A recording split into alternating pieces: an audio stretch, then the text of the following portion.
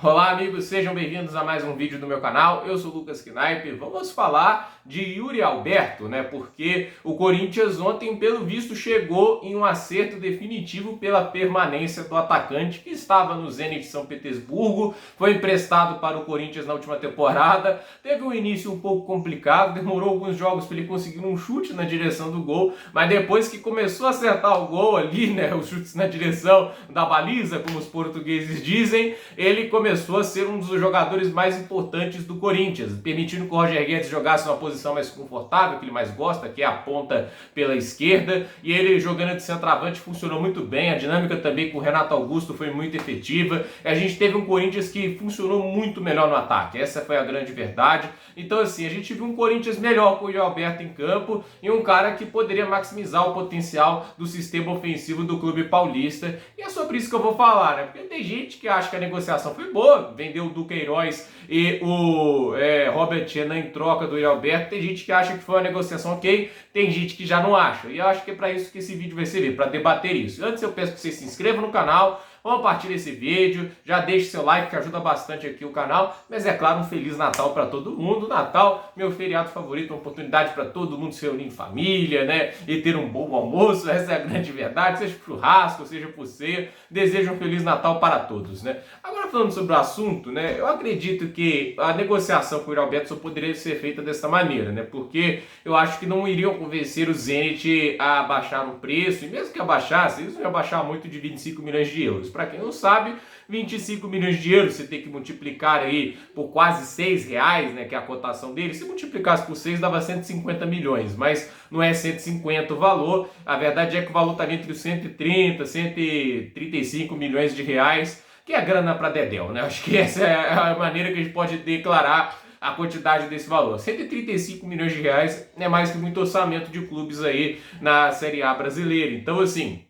fora da realidade pagar esse dinheiro. O único jeito era você fazer uma troca, mas uma troca imbui você dar jogadores com um valor que acabe no final das contas batendo um pouco com a conta do Zenit. Então, eles teriam que abrir mão de algum tipo de ativo valioso na visão do Zenit. Abriram mão do Duqueiroz, que foi importante em alguns momentos, né? E o Robert Renan, que é um zagueiro talentosíssimo que o Corinthians tinha, com a expectativa de ser também um ativo importante no futuro, já que é um zagueiro muito jovem e promissor. E eles abrem mão desses dois jogadores para terem o Yuri Alberto, né? Por mais que a torcida seja às vezes muito, assim, quando eu dizer, eufórica, porque vende alguns jogadores ou outro, tem gente que não gostava do Duqueiroz, eu acredito que com o Vitor Pereira ele teve sua importância, foi um jogador importante em alguns momentos, é um jogador que tinha coisas interessantes a se dar para o time. Se não fosse isso, o Zenit não aceitava, né? Eu acho que a gente vê isso muito no Internacional, agradecendo ao Atlético pela venda do Edenilson, e esquece que ele foi o meio-campo que mais contribuiu para gols nos últimos anos para o Internacional. Então, assim,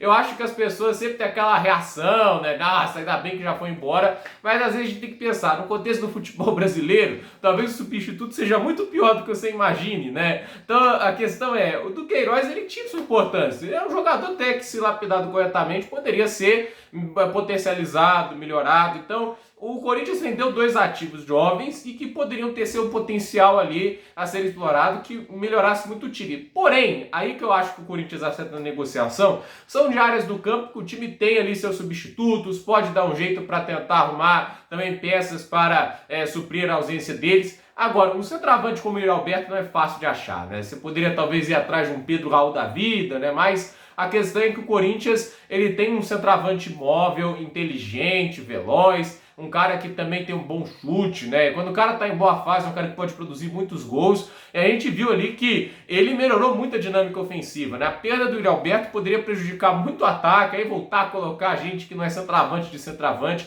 Ter um bom 9, ter um bom jogador que marca gols e puxa responsabilidade para resolver partidas é importante. Então, assim, eu acredito que no final das contas vale a pena o que o Corinthians está fazendo, e mesmo que as pessoas falam, perdemos ativos importantes, o Yuri Alberto é um baita ativo, né? Óbvio que o interesse nunca é vender peças da importância dele, mas se a gente parar para pensar, o fato do Zenit estar avaliando em 25 milhões de euros, né, mostra que ele é um jogador bem avaliado e bem cotado. E se ele crescer, evoluir, continuar com a produção alta, vamos lembrar, é um atacante brasileiro de 21 anos de idade, então ele certamente ainda tem muito tempo para chamar a atenção de times europeus, né, já chamou a atenção do Zenit antes, pode chamar a atenção de outros times europeus aí, que sempre estão interessados em angariar talento para suas equipes. Então, assim, eu acredito que ele tende a valorizar, e vamos lembrar, atacante sempre vale mais do que as outras posições. Eu acho que até porque aparece mais, os gols sempre chamam mais a atenção, né? Mas sempre que a gente vê negociações, né, meio campos e atacantes sempre vão valer mais, né? Tanto é que o goleiro mais caro da história foi o Kepa Arrizabalaga por 72 milhões de euros, né?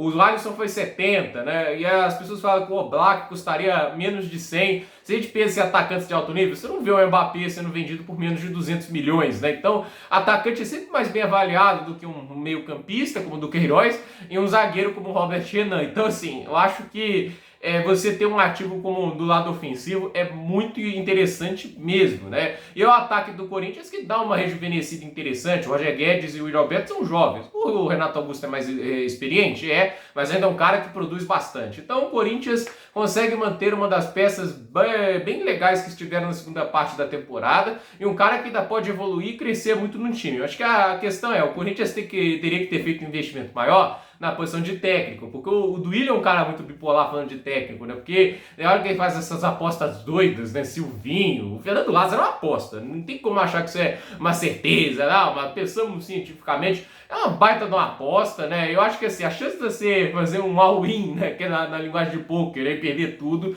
é grande, né? Assim, eu posso estar exagerando em perder tudo, mas sinceramente, né? Eu acho que eles apostaram muito alto no Fernando Lázaro. É bom isso aí pagar, porque senão vai ser muito criticado e com razão, né? E assim, eles foram lá atrás do Vitor Pereira, mas dessa vez resolveram não ir atrás de um técnico estrangeiro, mesmo todo mundo era atrás, né? O Cuiabá, o Coritiba também foi, o Bahia, na verdade, o Bahia foi para técnico estrangeiro. Então, assim, eu tô curioso para ver como o Corinthians vai desempenhar com o Fernando Lázaro nessas primeiras semanas, porque certamente a cobrança sobre ele vai ser alta. E a expectativa do Corinthians é pelo menos reprisar um ano como esse, boa campanha na Copa do Brasil, finalista, ir longe na Libertadores, porque tem time para isso. E é claro, fazer uma campanha de top 4 no Brasileirão, porque tem time para isso. Então, a ver o que o Corinthians vai fazer nesta temporada, mas não dá para reclamar de elenco, né? Por mais que não seja um elenco dourado lá de Palmeiras, Flamengo, Atlético Mineiro, o elenco do Corinthians está longe de ser ruim. Tem muito jogador muito bom nesse time do Corinthians. Então, gente, por esse vídeo é isso. Dúvida nos comentários. Deixe seu like, se inscreva no canal. E eu desejo a todos um Feliz Natal. E assim, o Ano Novo eu vou desejar um Feliz Novo, porque no dia lá do Ano Novo, que certamente vai ter vídeo aqui no canal. Tudo bem? Até o próximo vídeo, pessoal.